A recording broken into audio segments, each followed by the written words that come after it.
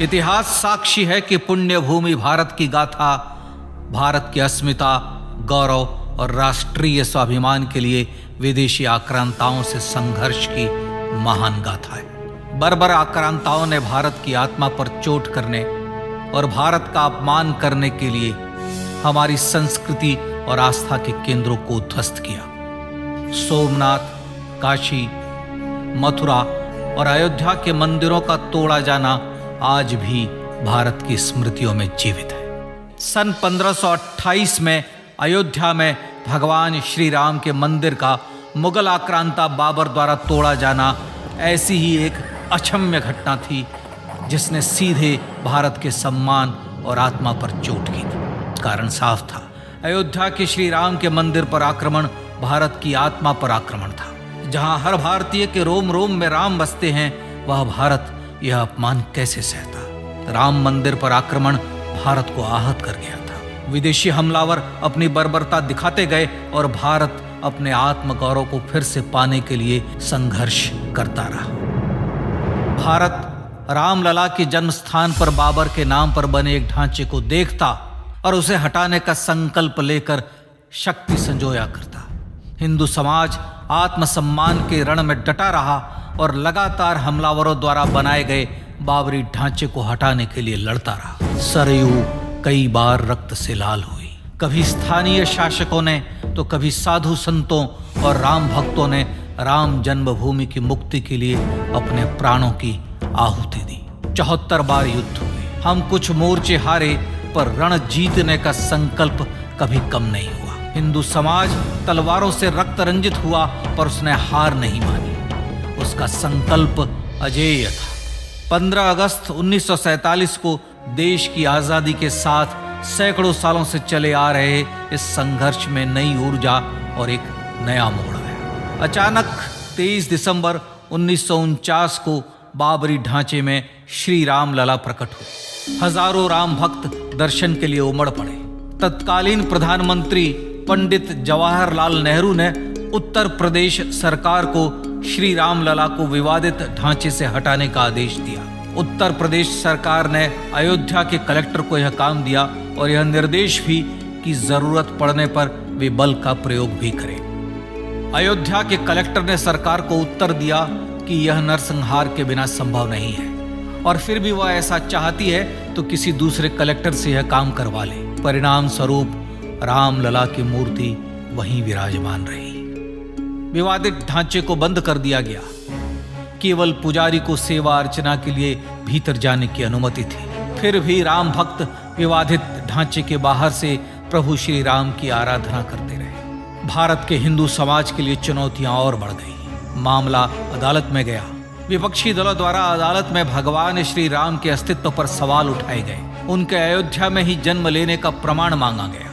भारत का जनमानस अब आहत हो उठा था।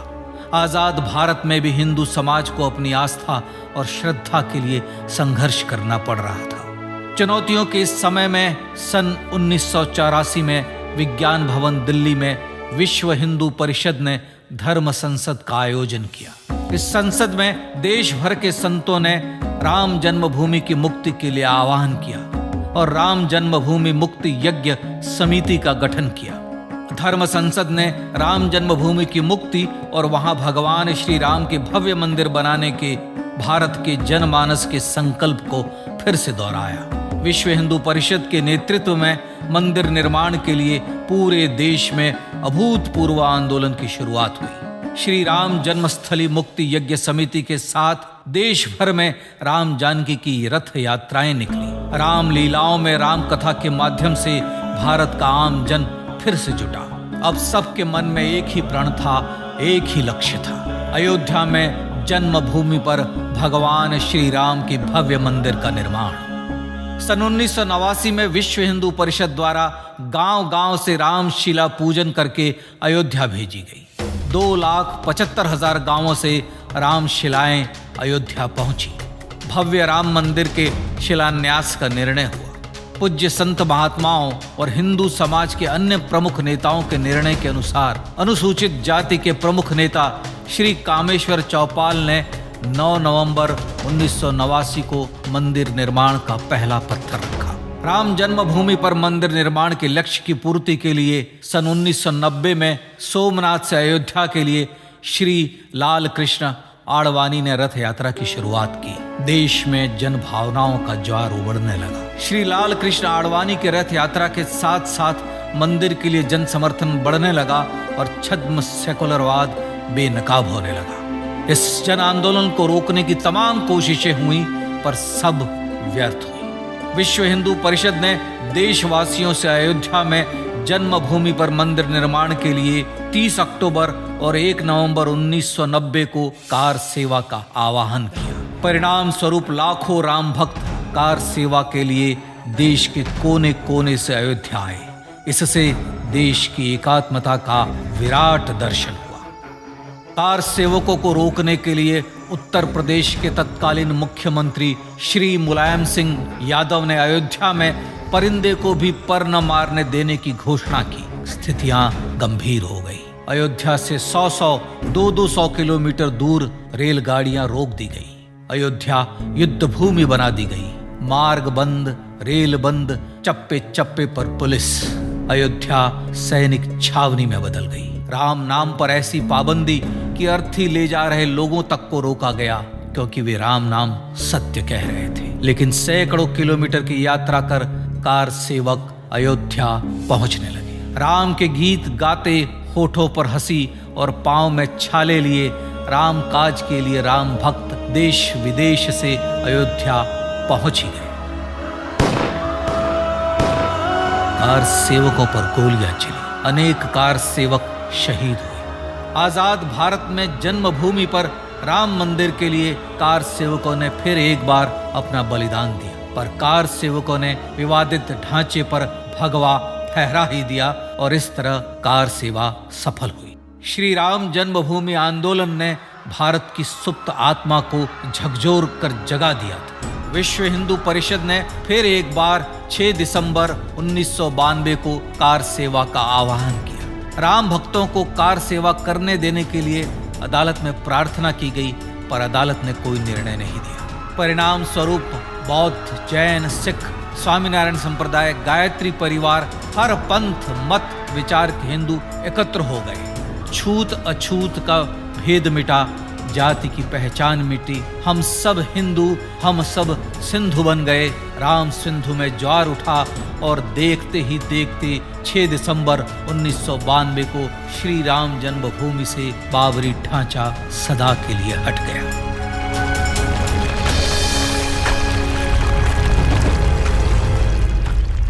यह क्षण शौर्य, न्याय और सत्यमेव जयते का क्षण था।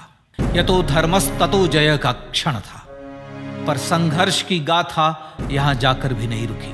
छद्म सेकुलरवादियों द्वारा भारत और भगवान श्री राम के इतिहास को झुठलाने के लिए अदालतों में चुनौतियों का सिलसिला चलता रहा, जो 1950 से चल रहा था। हिंदू सिखों के बीच से गुजरते हुए भगवान श्री राम का दर्शन करने के लिए विवश थे। यह स्थिति थी आजाद भारत में श्री राम और राम भक्तों की। पर सत्य को तो जीतना ही था। आखिरकार देश के सर्वोच्च न्यायालय के 5 जजों की खंडपीठ ने 9 नवंबर 2019 को ऐतिहासिक निर्णय दिया और यह कहा कि अयोध्या जन्मभूमि परिसर की पूरी 67 एकड़ भूमि रामलला की। और न्यायालय ने भारत सरकार को जन्मभूमि पर मंदिर बनाने के लिए एक ट्रस्ट बनाने का आदेश दिया। सर्वोच्च न्यायालय के आदेश के अनुसार भारत सरकार ने 5 फरवरी 2020 को श्री राम जन्मभूमि तीर्थ क्षेत्र नाम के ट्रस्ट का गठन किया और राम जन्मभूमि न्यास की भूमि जो सरकार द्वारा अधिग्रहित की गई थी, उसे ही नवनिर्मित न्यास को वापस दे दिया गया। 5 अगस्त 2020 को भारत के प्रधानमंत्री श्री नरेंद्र मोदी ने श्री राम जन्मभूमि तीर्थ क्षेत्र के अध्यक्ष पूज्य महंत नृत्य गोपाल दास, राष्ट्रीय स्वयंसेवक संघ के पूज्य सरसंघ चालक डॉक्टर मोहन भागवत एवं उत्तर प्रदेश के मुख्यमंत्री श्री योगी आदित्यनाथ की उपस्थिति में श्री राम जन्मभूमि पर भगवान श्री राम के भव्य मंदिर के लिए भूमि पूजन कर निर्माण कार्य का शुभारंभ किया। इस तरह लगभग 500 वर्षों से राम जन्मभूमि की मुक्ति के संघर्ष का पटाक्षेप हुआ।